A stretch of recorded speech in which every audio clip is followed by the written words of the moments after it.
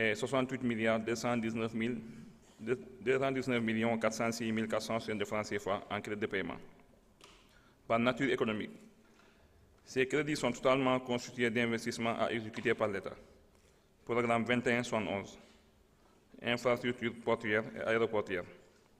Les dépenses de ce programme sont estimées à 12 milliards 610 millions 159 266 francs CFA en autorisation d'engagement et 8 milliards 565 millions 159 266 francs CFA en crédit de paiement. Par nature économique des dépenses, ces crédits sont répartis comme suit. Dépenses de personnel, 96 521 000 francs CFA en AE et en CP. Acquisition des biens et services, 33 638 260 francs CFA en AE et en CP. Investissement exécuté par l'État, 12 milliards 480 millions de francs CFA en AE et 8 milliards 435 millions de francs CFA en CP. Programme 2172, développement, gestion et entretien des infrastructures de transport routier et ferroviaire. Les dépenses du programme sont arrêtées à 486 milliards 890 millions 317 761 francs CFA en autorisation d'engagement et 483 milliards 637 millions 609 904 francs CFA en crédit de paiement. Par nature économique des dépenses, ces crédits sont répartis comme suit. Dépenses de personnel, 316 572 000 francs CFA en AE et en CP. Acquisition des biens et services, 227 597 118 francs CFA en AE et en CP. Transfert courant, 8 milliards 89 999 964 francs CFA en AE et en CP. Investissement exécuté par l'État, 416 milliards 242 millions 148 669 francs CFA en AE et 412 milliards 989 millions 440 812 francs CFA en CP. Transfert en capital, 62 milliards 14 millions de francs CFA en AE et en CP. Programme 2174, infrastructures sociales et administratives. Les dépenses de ce programme sont évoluées à 155 milliards 209 millions 145 614 francs CFA en autorisation d'engagement et en crédit de paiement. Par nature économique des dépenses, ces crédits sont répartis comme suit. Dépenses de personnel, 277 992 000 francs CFA en AE et en CP. Acquisition de biens et services, 110 686 500 francs CFA en AE et en CP. Investissement exécuté par l'État, 154 milliards 820 millions 467 114 de francs CFA en AE et en CP. Programme 1581, pilotage, gestion et coordination administrative. Les dépenses du programme sont fixées à 498 251 000 francs CFA en autorisation d'engagement et en crédit de paiement. Par nature économique des dépenses, ces crédits sont répartis comme suit. Dépenses de personnel, 212 686 000 francs CFA en AE et en CP. Acquisition de biens et services, 285 565 000 francs CFA en AE et en CP. Votre commission des finances et du contrôle budgétaire élargie à la commission de l'aménagement des territoires, de l'urbanisme, des infrastructures, de l'habitat et des transports a examiné en sa séance du jeudi 20 novembre 2025, sous la présence de M. Chérif Ahmed Dicko, président de la dite commission, le projet de budget 2026 du ministère des Infrastructures. Le gouvernement est représenté par M. Déthié Fall, ministre des Infrastructures, M. Cheikh Diba, ministre des Finances et du Budget, et de Mme Marie-Rose Khalifatou Faye, secrétaire d'État auprès du Premier ministre, chargé des relations avec les institutions, porte-parole du gouvernement, assisté de leurs principaux collaborateurs. Ouvrant la séance, M. Chérif Ahmed Dicko a, au nom de la commission élargie, adressé des salutations chaleureuses et des mots de bienvenue au vice-président de la commission de l'aménagement du territoire, de l'urbanisme, des infrastructures de l'habitat et des transports, pour qu'elle introduise M. le ministre. Prenant la parole à sa suite, M. le ministre a remercié l'auguste Assemblée qu'il a accueilli ce jour avec empressement et convivialité, à l'effet d'examiner le projet de budget 2026 de son département. Il a aussi souligné l'insigne honneur qu'il éprouve de se présenter devant vos commissaires. Ensuite, il a exprimé des remerciements à l'endroit de son Excellence, M. Bassirou Diomaye Diakhar Faye, président de la République, et du Premier ministre, M. Ousmane Sonko. d'avoir porté leur choix sur sa modeste personne pour la mise en œuvre de la politique de développement des infrastructures de notre pays. En outre, le ministre a fermement affirmé qu'il compte sur le soutien et l'engagement de tous les partenaires institutionnels du ministère des Infrastructures, du secteur privé, mais surtout des honorables députés. Abordant la présentation du projet de budget, il a indiqué que celui-ci s'inscrit en droite ligne dans l'agenda national de transformation Sénégal 2050, qui ambitionne de faire du Sénégal une nation souveraine, juste et prospère, marquant ainsi une nouvelle ère dans la gestion économique et sociale du pays. Ce référentiel, dira-t-il, incarne la vision ambitieuse de repositionner le Sénégal dans le concert des nations modernes, puisqu'il s'inscrit dans une dynamique de rupture avec les modèles antérieurs de développement endogène, en mettant l'accent sur la justice sociale, la durabilité, la compétitivité économique et l'intégration panafricaine. Le ministre a souligné que le projet de budget 2026 de son département, structuré autour de 5 programmes budgétaires susmentionnés, a pour objectif d'opération des différents projets de construction et de réhabilitation d'infrastructures routières, ferroviaires, portuaires, aéroportuaires, sociales et administratives d'une part, et d'autre part de mettre en œuvre les grandes orientations de la stratégie nationale de développement SND 2025-2029 pour ce secteur, ainsi que les projets phares inscrits dans l'agenda national de transformation Sénégal 2050. En somme, le ministre a annoncé d'abord les principales réalisations de 2025 dans le secteur des infrastructures et les difficultés rencontrées. Ensuite, les actions majeures prévues pour 2026 et enfin la répartition des crédits alloués à son département. Les grandes lignes sur ces différents points sont retracées dans le document de présentation du projet de budget, transmis à vos commissaires. Prenant la parole à leur tour, vos commissaires ont félicité M. le ministre pour sa nomination à la tête du département stratégique des infrastructures et ont exprimé leur vœu de succès pour la réussite des missions qui lui sont assignées. Relativement au budget de son département, vos commissaires ont magnifié sa particularité d'être le seul ministère à avoir consacré 90% de ses crédits à l'investissement.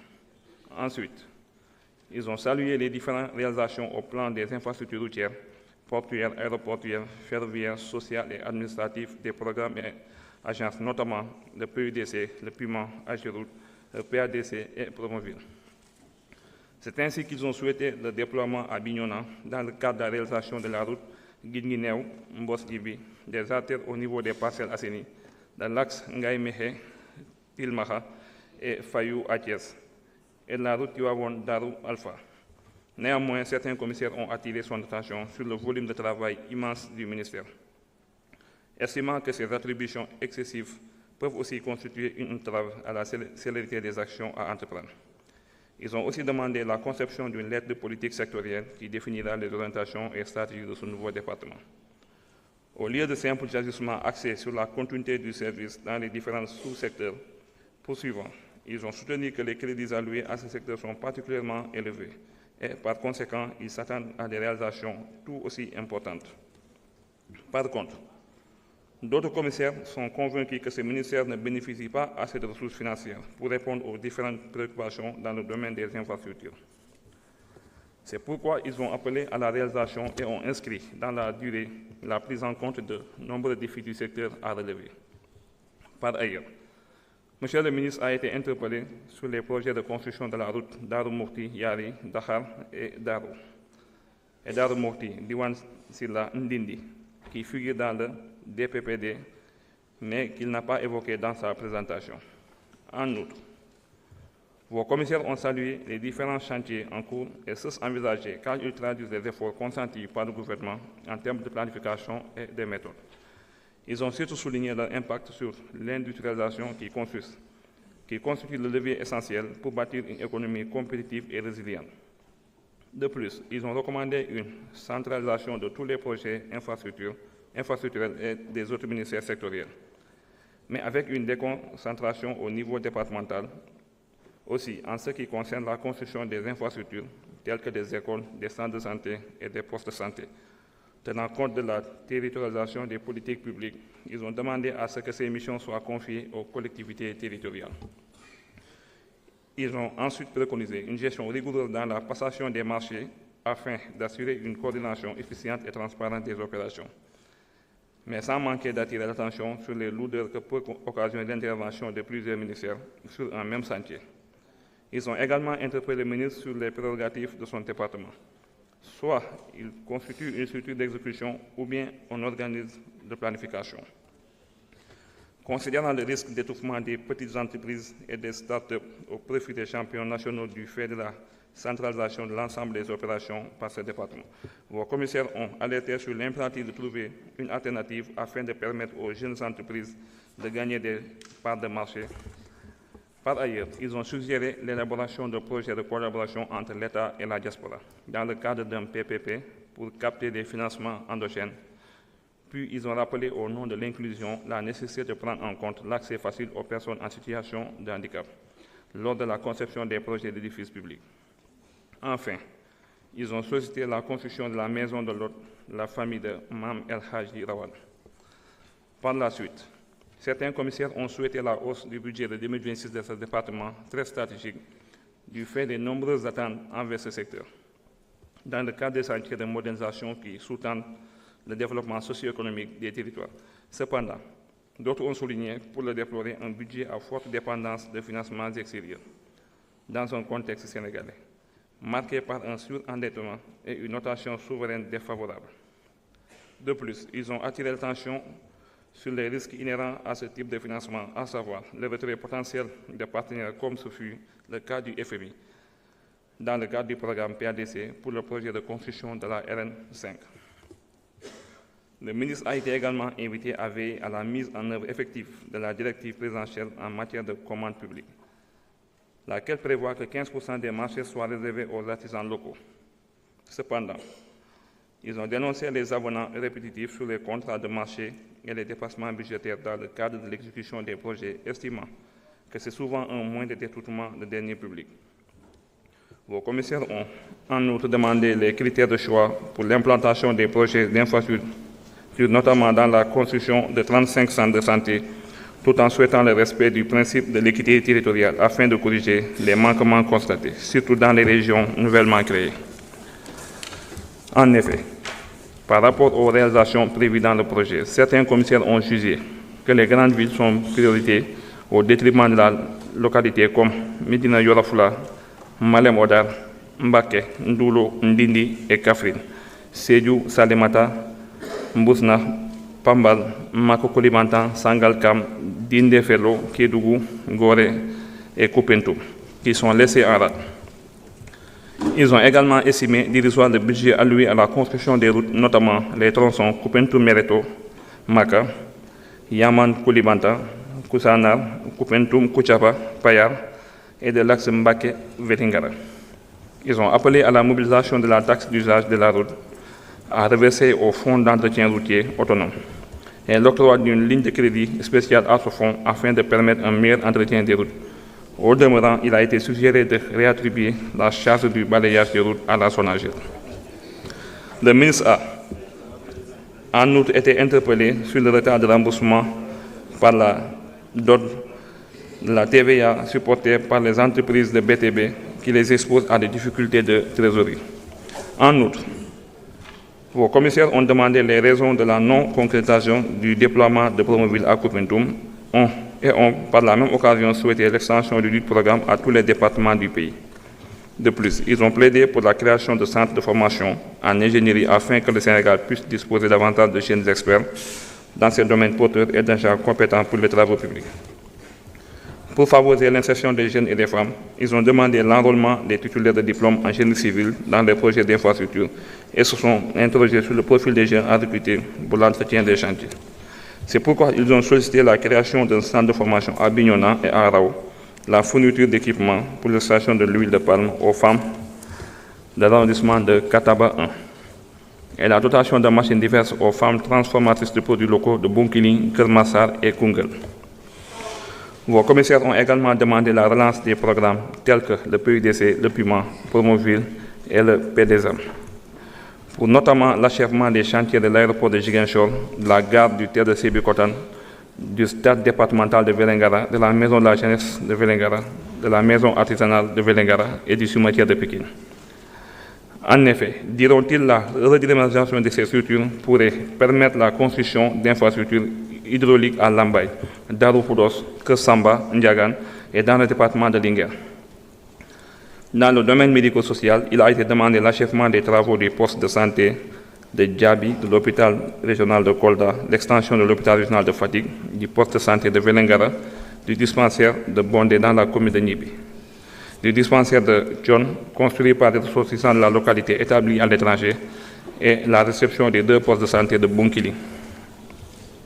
Dans le volet routier, vos commissaires ont souhaité la finalisation de la route à 2 voies entre Thiaroye, Yeumbeul, Keur Massar, de la route venant de la mairie commune ouest vers Malick Sy, des travaux de l'autoroute Baba Garage Mékhé, les routes départementales autour de Gossas, la route Gossas-Fatick, de la route Goudiri, Dianké-Mahan Sadatou, de la boucle du riz, de l'axe Salikégné, Guiré Bokar, la route de Keur Baba Alima de Tivaouane, la route de Koumbaranka Thiara, la route de Thiata Koumbaranka, la route de Sarabéji Thieti, du tronçon Matam Ranérou Linguère, de la section Ribor Tchondo Ndayan Kodjol, de Bambey Gossas Kaolack, des routes à Malem Odar, des routes dans le département de Koungheul, de la route Bamba Thialène Koupentoum, de la route Payar Koupentoum Koutiaba, non encore revêtue de goudron, de l'axe Dakar-Saint-Louis, de la route Sindian Banditiès, de la route Ngalel Maka Toubé, de la route de 24 km Keur Ibra Baba Palambrok, des routes de Diamaguène Sicap Mbao, de la boucle du Boudjé et de 30 km de la route de Ndayan, dont les études ont été initiées par l'AGEROUTE. Relativement à l'autoroute Ila Touba, il a été déploré le fait que la localité de Notto Diobass, bien qu'ayant subi les impacts des travaux de réalisation de ce projet, n'ait bénéficié que d'une faible contrepartie, tant sur le plan économique que sur le plan des infrastructures. Dans le volet scolaire, les préoccupations ont été portées sur l'achèvement des travaux de l'Université de Thiès, de l'ENO de Linguère, de l'ENO de Ziguinchor, de la cantine scolaire de l'école Guinaw Rail Nord, de l'ENO de Koupentoum et du lycée technique de Sandiara, dont les travaux ont été lancés en 2015. Par ailleurs, vos commissaires ont dénoncé la mauvaise pratique de certaines entreprises sur les réseaux routiers nationaux et régionaux, lesquels, lors des travaux au profit de particuliers, ont contribué à la détérioration des dites infrastructures publiques. D'ailleurs, ils ont saisi l'occasion pour alerter les citoyens qui sont en train de construire illégalement sur les espaces réservés à la voirie dans le cadre du prolongement de la VDN, notamment à hauteur de Tivaouane-Peulh, tout en sachant qu'ils seront impactés par l'autoroute Dakar-Saint-Louis. À ce propos, le ministre a été interpellé sur le délai de réalisation de la route Dakar-Kidira et a ainsi été invité à opter pour une politique de mobilisation de financement vert dans l'élaboration de la dite route, pour en faire une zone à faible empreinte carbone et à haute résilience. Vos commissaires ont en outre interpellé le ministre sur la date de démarrage des infrastructures hydrauliques comme des forages ou châteaux d'eau, notamment à Kolda. À Darou Mouhty pour le forage numéro 4, à Mboudel dans le Djolof et du fonds Opel de Promoville. Ensuite, ils ont plaidé pour la relance du PSD en vue de désenclaver les localités de Djolof, Kianaba, Gossas, Ndombon Sandjiri, Mban et pour démarrer les routes de Sadio, Taïf, Kiel, Gassan, Doumbelane, à Salimata et environ, de la route Linguère-Ndioum, la route Sagata-As, les routes de Goudiri, la route Dara-Tcharni-Kiel, la route qui se situe au niveau de l'ancienne base militaire française de Keur Massar, juste derrière l'hôpital, la route Mbelehe, Tessekere, Richard Toll et l'élargissement de la route des Niayes. De plus, le ministre a été interpellé sur la date de livraison des infrastructures comme la route Buntu-Pikine-Texaco, la RN1, l'axe Ndiobène-Lalane, l'aéroport du Pôle, Louga-Diourbel, Dexali, le pont de Rosso, l'autoroute Mbour-Fatick-Kaolack, tout en soulignant le problème d'accès que cette route peut éventuellement causer pour les déplacements des populations riveraines. Dans le cadre des infrastructures routières, vos commissaires ont préconisé la réforme de la loi 74-20 du 24 juin 1974, portant classement du réseau routier national et fixant le régime domanial pour notamment permettre le désenclavement de localités à fort potentiel économique, mais désavantagées par la situation géographique. Ils ont alors cité les routes à construire, principalement celles situées dans 4 communes dans le département de Fatick, dont les chantiers sont réalisés à hauteur de 41%, de Kounoune de la région naturelle du Boundou, du Ferlo, de Keur Martin, Waxal Diam, Toukar, avec un taux de réalisation de 41%. De Sali City, dans la zone des Palmiers, à partir du marigot de Baïda, de Djouno. De Mbour au niveau de Sali Résidence, de Gaïa, de Mban, de Tchangalde, de Sali Carrefour, de Morolan, de Latmengue, de Mabo, de Ndiaye-Bob, de Lourous, de Floum, de Sali Django, de Sali Station, de la zone de Pakaurao, de Ngaï Risso, de Ker Matar Khali, de Ker Hassan, de Ker Alioukan et de Ker Ndjeri. Vos commissaires ont également demandé la construction des routes au niveau de Kokoto, Fas Diaksao Pire, Mampalago Foni, Sonkadou Fouladou, Mbirkilan Touba, Mbelambos, Okupentoum, Djam Djam, Kayel, Mbirkilan Touba, Mbelambos, Tilogne, Mauritanie.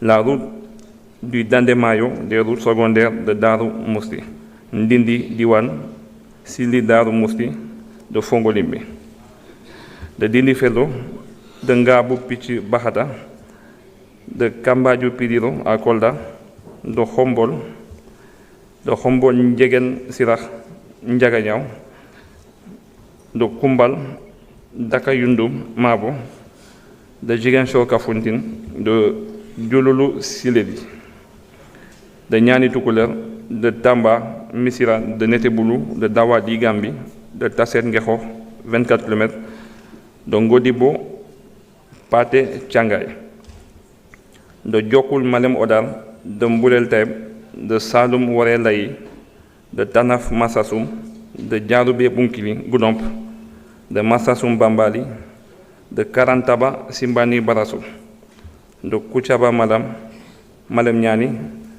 et Malem Nyani Kouchaba, Dangalman Fissal Tchadjaï, Dangalman Lamaïke Sambakan sur 9 km, Bambay Bari sur 8 km, Touba Kouta Missira, Fatik, Beleka Diaw, Djambe, la route de Sadio, Mbale Velengara Fatik, Beleka Diaw, Diawle, sur 17 km, Darou, Khairou Darou Salam, des cités religieuses, Carrefour Djounoun, Baladine Koussabel Bititi, qui sont coupés du monde moderne. Nangalmak Sambakan, Bambay Yarouay, Bambay Bari Ndondol, Mehelambay, Baba Garage, Kernganda, Djilor Goudjel, Mako Kolibantan Mereto, Mako Kolibantan Koussana, Mbake Santiana, Touba Veto, Ndoulo Ndindi, Croisement Sali, Medinatoul Sabah. Croisement Sali, Medinatoul Salam, Djadjaï Fissel Ndol, Kandam Toglu Sebikotan, Kafrin Ndjaou Bambali Nganda, Taïba Katakel, Nyoro Croisement Firgi, Posteker Aïb Kaimor, Ndam, Escale Wakunguna, Ker Madaba Diakou, Porokhan, Ker Madjabel Ndam Escale, Taïba Katake, Keindum Ngent Sarakon, Gandon Ngalel, Sambe Ndjobe Diouf, Croisement Firgi, Ndram Escale Kaimor, Sokon Nyoro, Taïba Nyasen Dingiray, Ndemen Paskoto, Medina Sabah, Ngayen Sabah, Medina Saha Darumbab, Ker Samba Koutaker, Aïb, Ker Suntu Nyoro, Ker Mandonko Ndram, Medina Sabah Kaimor, Dakar Kholba, Toubab Dialaw, la route de Khombol Ndjeyen, Sirah Ndiaganyao sur 44 km à Thiès, la route de Sindia, Cap Skirring Ziguinchor, Touba Ndoyen Badiane Sam, Yabal Touba, Medina, Ndiaganyao Khombol, Mbake Kadior, Ndiaou. En ce qui concerne la construction des routes menant au port de Ndayan, ils ont attiré l'attention sur la route croisement Kiren-Ndias, port de Ndayan, afin qu'elle ne bloque pas l'accès des villages situés aux environs du port. Enfin, ils ont souhaité l'élargissement des pavages aux localités de l'intérieur du pays, particulièrement à Thiès et à Bonkili. Vos commissaires ont souhaité le bitumage des tronçons Ribo Tchondor Ndayan, Kodiol Vélingara, Ferlo Ndoumbelane, Kër Ndiobo, Gossas, la route Gossas Ngelu Guinguinéo, Ngelu Haymbayar, Ndien Lagal, Darou Marnan, Ndien Lagal, Koloban Sadio, Koloban Helkom, Koloban Boussé Nadjaw, Kër Baba Alima, Kër Sara Mbata, Djorgon et Ndiar, à Tivaouane. La route menant au péage Ngoy, les pistes Wurosiri, Mbo Soringo, à Canel. Ranerou Oudalay, Ndulok Ndak Ndindi, Touba, Lapin. Ndioben Sambalamon, Sanya Aïmoun, 7 km, les tronçons des villages environnants de Salimata, Aksumboro, Darukudos, les routes des villages aux environs de Kafrine, Ndiaksou, Ngent. Les tronçons Ngekho Ten, Touba Gilas, Ndjegen Sirah, Toubatul, Ngundian Kaba. Le croisement Ngundian Ker Ibragui et les tronçons stratégiques de Sédhiou. En plus, ils ont souhaité la finalisation de la piste de la boucle du Blouf, des tronçons comme Missirat, Touba Kota sur 13 km, Sokon Kersaloum, Ndian Karanyoro, Alasantal. Ngaïndank et Pire, Meuwan. Cependant, ils ont déploré la qualité des routes latériques implantées dans certaines localités.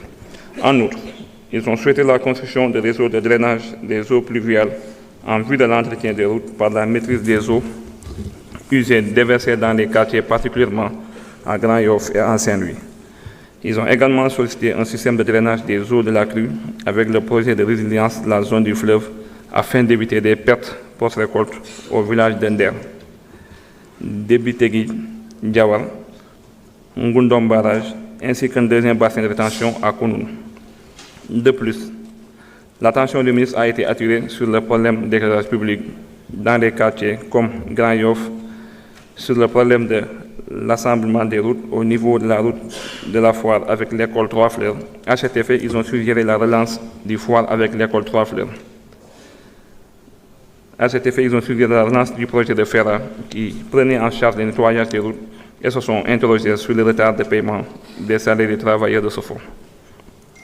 De surcroît, ils ont souhaité le retour des programmes de ce fonds dans les localités, particulièrement dans le département de Bambey. Dans cette même lancée, ils ont déploré le mauvais état des routes et des ponts et ont mis cette situation non pas sur le compte des usagers, mais sur la qualité des ouvrages. À ce titre illustratif, il a été cité la route Foundiougne-Passy et la route Darou Karim comme étant des constructions particulièrement de mauvaise qualité. Ainsi, ont-ils demandé au service du ministère de veiller sur la qualité des matériaux et des travaux pour garantir de meilleures infrastructures. À cet effet, ils ont recommandé l'utilisation de matériaux locaux innovants dans des constructions diverses pour le bien de l'environnement comme la paille, la terre et le bois. De plus, ils ont demandé à connaître les contrats renégociés et les mécanismes d'audit et de suivi déployés pour éviter que des situations similaires ne se reproduisent. Enfin, au nom du Bandi, ils ont souhaité être édifiés sur les mesures prises par le gouvernement en vue de sanctionner les entrepreneurs qui ont construit ces infrastructures de mauvaise qualité, ainsi que les agents qui ont commis des surfacturations dans les projets de construction d'édifices publics. Sur un autre registre, vos commissaires ont souhaité la construction d'infrastructures sociales de base, notamment de centres de santé à Diofior, à Malikounda, à Madina Yoro-Fula, un deuxième centre de santé à Popenguine, un deuxième hôpital à Mbour au niveau de Tchadjaï, un centre de santé en Madina Sabah, à Bunkiling, à Tataguine, à Bambay, deux centres de santé de Djamagadjo, à Kerndiagan, à Meoundiawen et un service orthopédique au centre de santé de Kermassa. Ils ont surtout souhaité la construction de sanitaires dans les daras non encore modernisés. De plus, ils ont souhaité le démarrage effectif de la construction d'établissements de santé comme le centre de santé de Fatick, la construction de l'hôpital de Bakel, un deuxième poste de santé à Tivaouane-Peulh, un hôpital de niveau 3 à Bignona et Vélingara, un hôpital de niveau 1 à Bambey et à Darou Mouhty et un centre de santé à Réfane, Toubatoul. Ils ont en outre sollicité la construction d'infrastructures administratives comme la gouvernance et la sous-préfecture de Sédhiou, le tribunal de Vélingara, le tribunal d'instance de Gossas, le tribunal de Goungheul, la préfecture de Malem Hodar, le commissariat de Bargny, le commissariat de Rufisque, le palais de justice de Mbour, dont l'assiette foncière de 2 hectares est déjà disponible et doit être sécurisée, la construction de la sous-préfecture de Sagna et de Minam, ainsi que le stade de Koupentoum. Compte tenu de l'état de délabrement de certaines infrastructures publiques, il a été demandé la réhabilitation des structures administratives comme la sous-préfecture de Fissel, la préfecture de Dagana, la gouvernance de Saint-Louis, l'avenue d'Hôtes, la direction des infrastructures de Matam, la réfection de bâtiments scolaires comme le CEM d'Ibril Diaw de Thiès à l'école Cheikh Touré de Saint-Louis, l'école à Darou Karim, de l'école de Thilogne qui fête ses 100 ans, du lycée de Bargny et des écoles à Kébémer, la rénovation d'établissements médico-sociaux comme l'hôpital de Saint-Louis, le poste de santé de Kafountine et de Diouloulou, le centre régional de Fatick, le centre de santé de Sédhiou, le poste de santé de Thiobé Diouf, l'hôpital Philippe Maguilène Senghor et le centre de santé de Koupentoum. Vos commissaires ont également souhaité la réhabilitation des infrastructures routières comme la route Meouane-Pire-Fass-Diacksao, la route Sotrac-Apix en allant vers Ocha, la route Niag-Lacrose, la route Camp Sapeur-Pompier, ancien tribunal de Tivaouane, Sara Al-Kabi, Bogal, Ndiamakouta, la bretelle de Mbadakhoune Medina Bay, le pont Al-Foussein de Kolda, le pont de Tchoubalel dans le département de Matam, le port de Simal qui est impraticable en période d'hivernage, la route de Mbousnak, les routes de Djahaï, B11, B12 et le quartier des Passes Assainies de cette localité, les artères de la SICAP Liberté au niveau de voie Khalifa Babakassi, la route de Pikine, tableau Walou de Saint-Louis, le pont Émile Badian de Ziguinchor, le pont Sipsumbao, le pont de Yoff, la gare ferroviaire de Saint-Louis, les routes de l'église Notre-Dame de la Paix Diacksao, Sindian Bandia Thiès, Kolda Fafakourou, la RN1 de Kaffrine, la route Saint-Louis-Richard Toll, les routes secondaires d'Arou Diamaguène et Khor à Saint-Louis, la RN3 Dakar-Diourbel, la route Serigne Malik Koupentoum, les routes de Dakar et sa banlieue, en prélude des JOJ, la route Diourbel-Kaolack Koutiaba, Malam, Niani et Koutia Gaïdi, Malam Niani, Diourbel-Touba, Mbour-Joal et l'élargissement de la route nationale au niveau de Joal.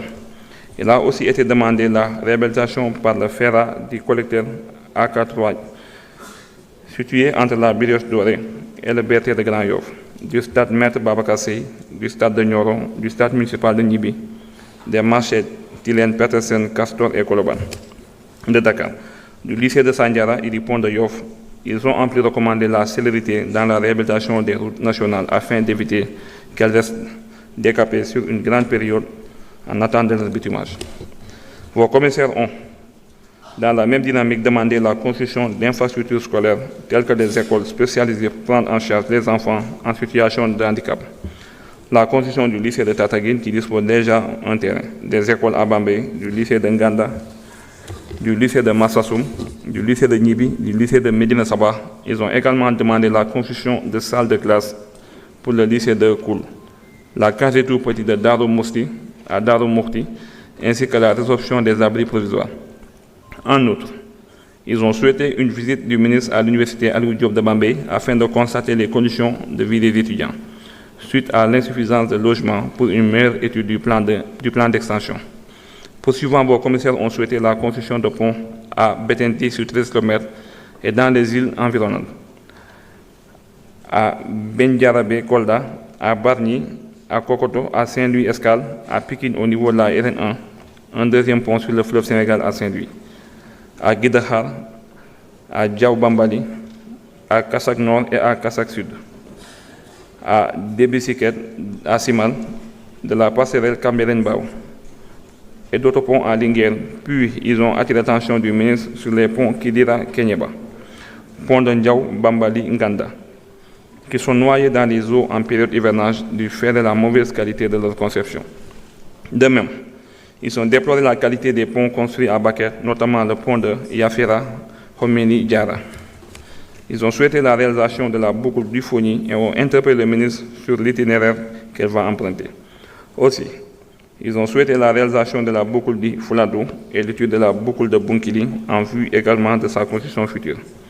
Ils ont également souhaité la construction d'autres infrastructures fluviales comme des embarcadères ou un système de transport fluvial à Sédhiou. de la commune de Bokidiawé dans la région de Matam et un port de navigation fluviale à Saint-Louis. Relativement au pont de Rosso, ils ont alerté sur les tensions causées par le paiement partiel et désimpacté.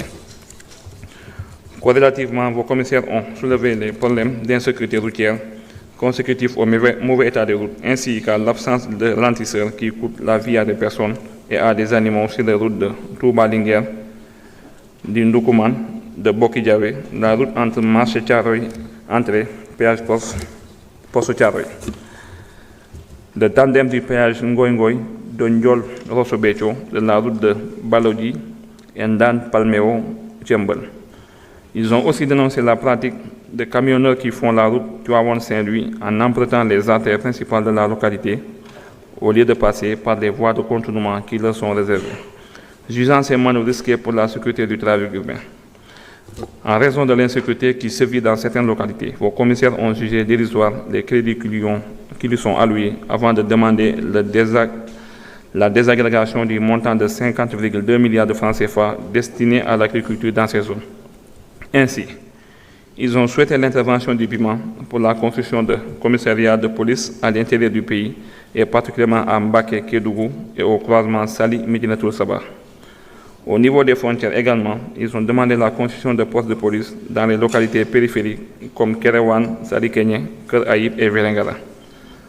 L'attention du ministre a été attirée sur les problèmes au niveau des frontières, dont les conséquences les plus sérieuses sont le risque imminent de la perte de certaines localités du Sénégal au bénéfice d'un pays limitrophe.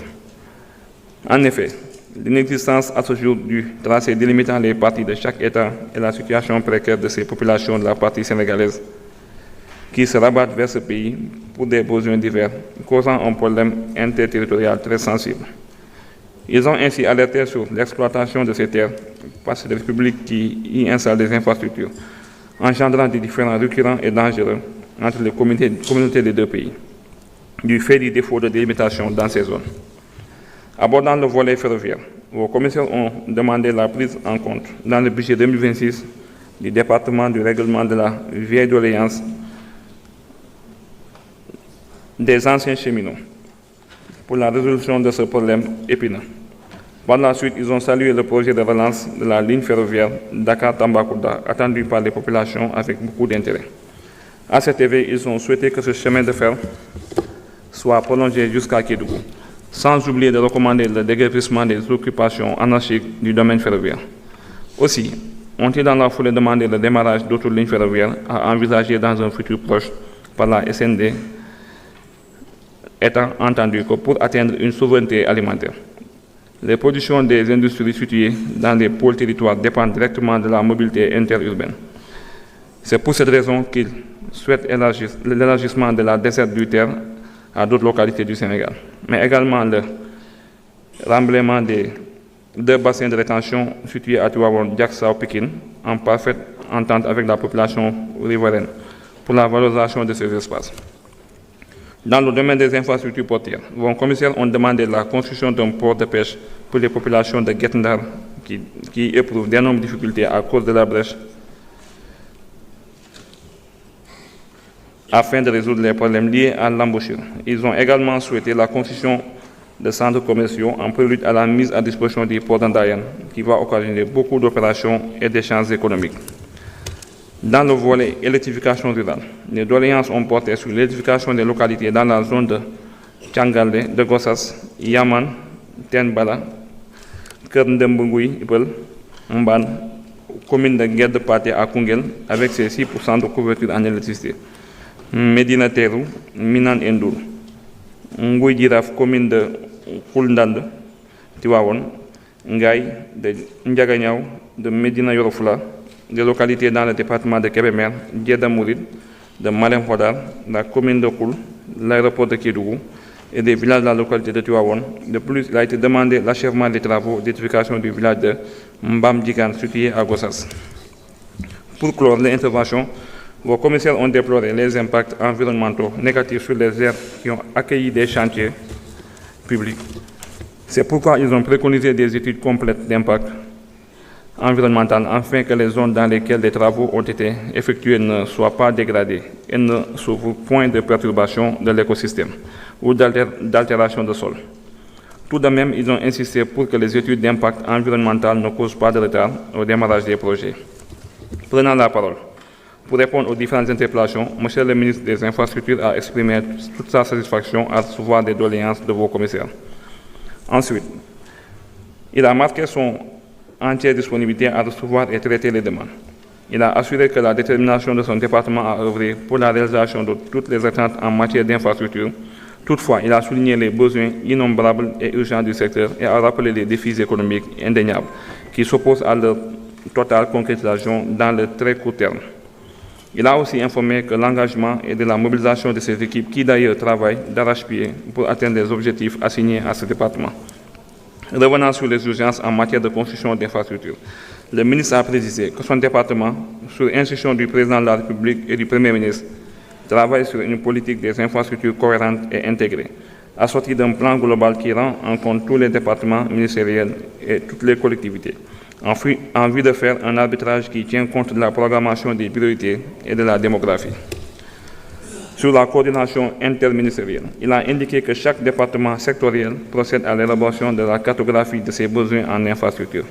C'est ensuite que le ministère des Finances et du Budget et le ministère de l'Économie, du Plan et de la Coopération sont sollicités pour la mobilisation des ressources nécessaires. C'est, dira-t-il à ce stade, que le ministère des Infrastructures intervient pour assurer l'exécution en s'appuyant sur le triptyque coût, délai et qualité. De plus, il a martelé que l'ensemble des fonds mobilisés pour la construction d'une infrastructure sera intégralement et exclusivement affecté à la dite infrastructure. En outre, il a précisé que les choix opérés en matière d'infrastructure sont rigoureusement étudiés et inscrits dans une perspective d'usage durable et de long terme. Relativement aux interpellations spécifiques à des localités, le ministre dira que les réponses écrites détaillées seront envoyées aux différents groupes parlementaires et aux non-inscrits. Cependant, il répondra à quelques interpellations, car la plupart des infrastructures dont la construction est demandée sont dans le fichier PSD, et celles qui n'y figurent pas seront prises en compte et inscrites dans le moyen ou le long terme. Il a en effet soutenu que tous les efforts nécessaires sont en train d'être faits pour relever les défis du secteur. Concernant les chantiers inachevés ou suspendus, le ministre a indiqué que des études sont actuellement en cours sous les directives de M. le Président de la République et de son Premier ministre. Pour faire un état de la situation et à l'issue de ce processus, les travaux répondront afin de permettre la finalisation des chantiers déjà initiés et le lancement de nouveaux projets de construction. S'agissant des infrastructures routières, comme le tronçon Foundiougne-Passy, il informera que les travaux ne sont pas encore réceptionnés, mais le département de l'inspection de l'AGEROUTE est à pied d'œuvre pour que le nécessaire soit fait. Pour la route Mbour-Fatick-Kaolack, il dira que les réalisations sont estimées à 90% pour la section Mbour-Thiaye. Il ne reste que les travaux de finition qui sont malheureusement suspendus à cause d'un problème de décaissement qui sera bientôt levé au niveau du ministère des Finances et du Budget. S'agissant des routes Nangalma, Lambaye, Sambakan et Bambey, il a indiqué qu'une étude sera réalisée dans le cadre des futurs projets. En effet, il dira que ces axes devront être intégrés au programme de construction de routes de 3300 km par l'AGEROUTE à l'horizon 2029. Ce qui, selon lui, constitue une avancée majeure comparativement aux 2000 km de route réalisés au cours des 12 dernières années. Quant à la route Tambacounda-Missira sur 14 km, le ministre indiquera que la réalisation de ce tronçon est prise en compte dans le PSD pour la construction des ponts tout le long de cette route. Il a ajouté que c'est envisagé et que son département est en phase de trouver les fonds nécessaires à cet effet. Relativement à la sécurité et à la longévité des routes, il dira que le bureau de contrôle et les laboratoires d'études sont tous sélectionnés sur la base d'un agrément délivré par l'autorité compétente, à savoir le laboratoire national de référence des bâtiments et travaux publics. Ainsi, les failles constatées sont imputables à l'entreprise ou au bureau de contrôle. Pour la route Mbacké-Sadio-Vélingara-Ferlo, sur 42 km, il dira que c'est dans la phase 2 du PCZA, les études réalisées et la requête de financement transmise à la Banque mondiale, via le ministère des Finances et du Budget. À propos de l'ancien pont de Djamlali, qui est submergé d'eau en temps de pluie, il dira que le nouveau pont en construction est à 90% d'exécution. Toutefois, les travaux de raccordement sont à l'arrêt à cause de la montée des eaux, mais le pont sera livré au mois de mars et ouvert à la circulation en avril 2026. Pour la réalisation de la boucle de Foni, les tronçons Bignona-Signa, Niaguit-Djibril-Dione sur 36 km, il dira que c'est intégré dans le PSD et avec un taux d'exécution de 20%. Et la reprise des travaux dépend également de la reprise du PSD. S'agissant des infrastructures aéroportières, le ministre a indiqué qu'en ce qui concerne la mise en œuvre du projet de construction de l'aéroport du pôle Louga-Diourbel-Déli, son département a déjà saisi le gouverneur de la région de Louga pour l'identification de 2 sites aux fins de sa réalisation, notamment dans les zones de Déli et Boulal. Il ajoutera que le ministère est en attente du rapport de la visite de reconnaissance effectuée le 4 novembre 2025 par le gouverneur en présence de l'ensemble des services techniques concernés. Et c'est par la suite que les études nécessaires basées sur ce rapport, notamment les volets techniques, économiques, environnementaux et fonciers, seront engagés pour le choix définitif sur le site. Abordant le domaine des infrastructures ferroviaires, le ministre a souligné que durant l'année 2026, des études seront bouclées jusqu'à la phase de maturation en ce qui concerne la ligne Dakar-Tambacounda. Ainsi, le ministre de l'économie, du plan et de la coopération et le ministre des Finances et du budget vont chercher les ressources pour son opérationnalisation. Prenant la parole à la suite du ministre des Infrastructures, le ministre des Finances et du budget ajoutera que bien plus que 12% du budget national est alloué à ce secteur. Il reste persuadé que le budget de ce département mérite d'être rehaussé, à raison de tout ce qu'il y a comme besoin en infrastructure sur le territoire national, comme d'ailleurs des différentes interpellations. Et l'affluence de vos commissaires en témoigne. Ainsi, dès le début de l'année 2026, ce budget sera réajusté afin que ce ministère bénéficie d'une dotation rehaussée et que les différentes réalisations souhaitées soient pleinement prises en compte. Il a poursuivi son propos en exprimant tout un attachement à la résolution des déficits criards en infrastructure, particulièrement dans les localités comme Salémata et Médina Yoro Foulah. Il a saisi cette occasion pour évoquer la principale difficulté de l'exercice d'arbitrage budgétaire, car les priorités et urgences sont nombreuses.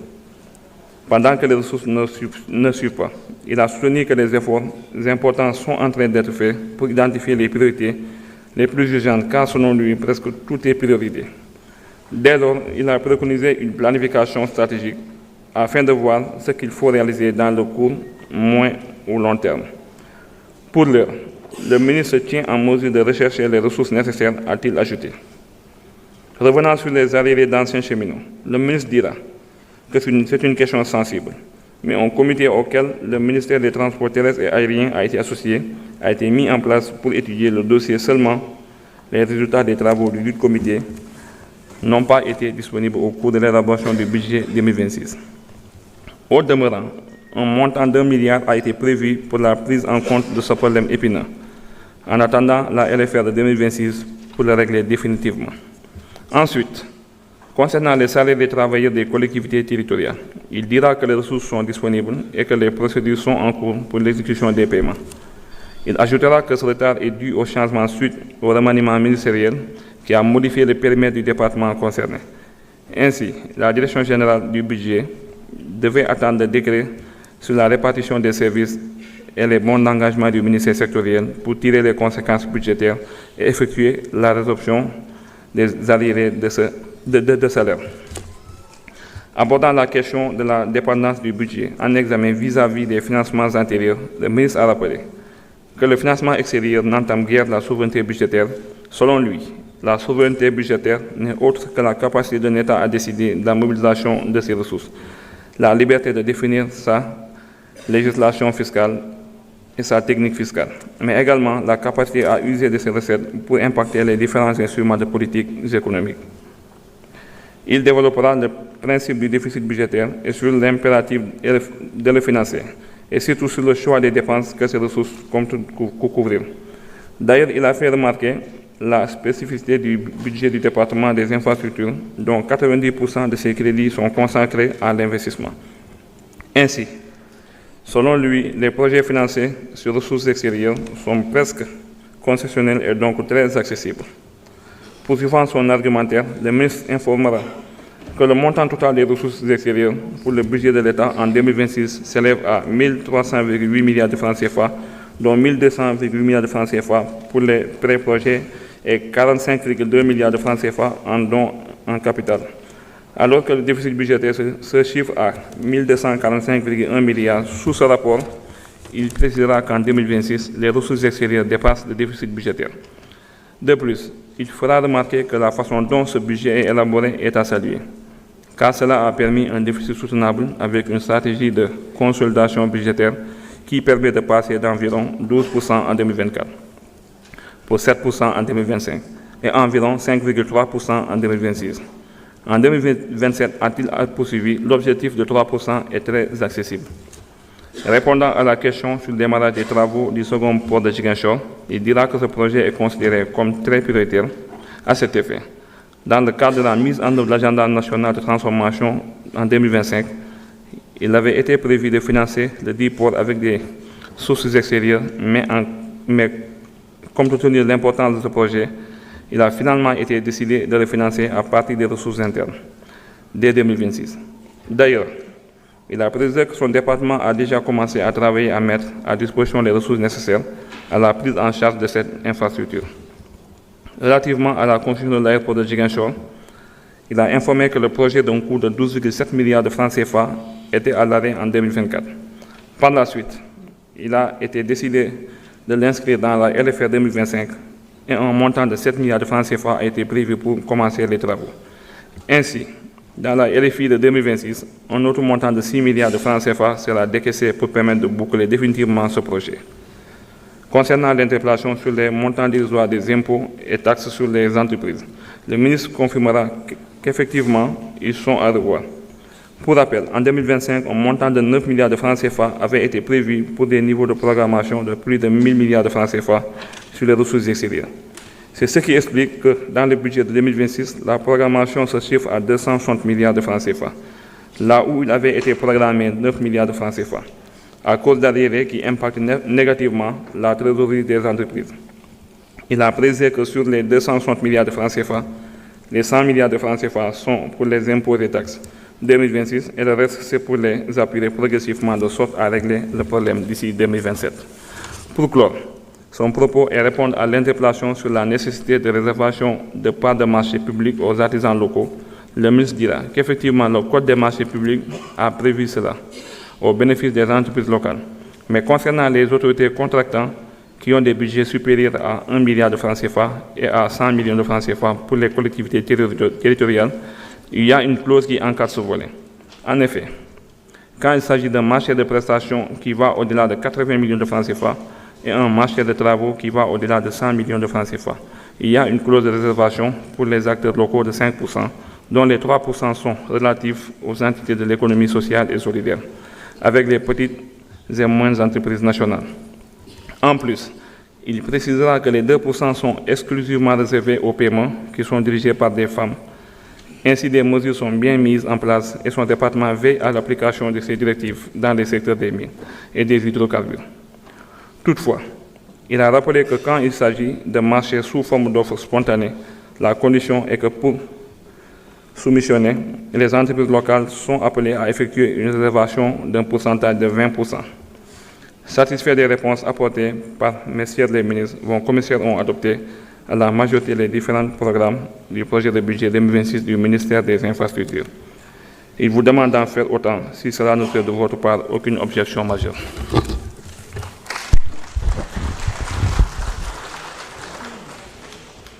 Merci beaucoup, honorable Madi Danfa. Monsieur le ministre des Infrastructures, avez-vous des observations de forme à faire sur le rapport?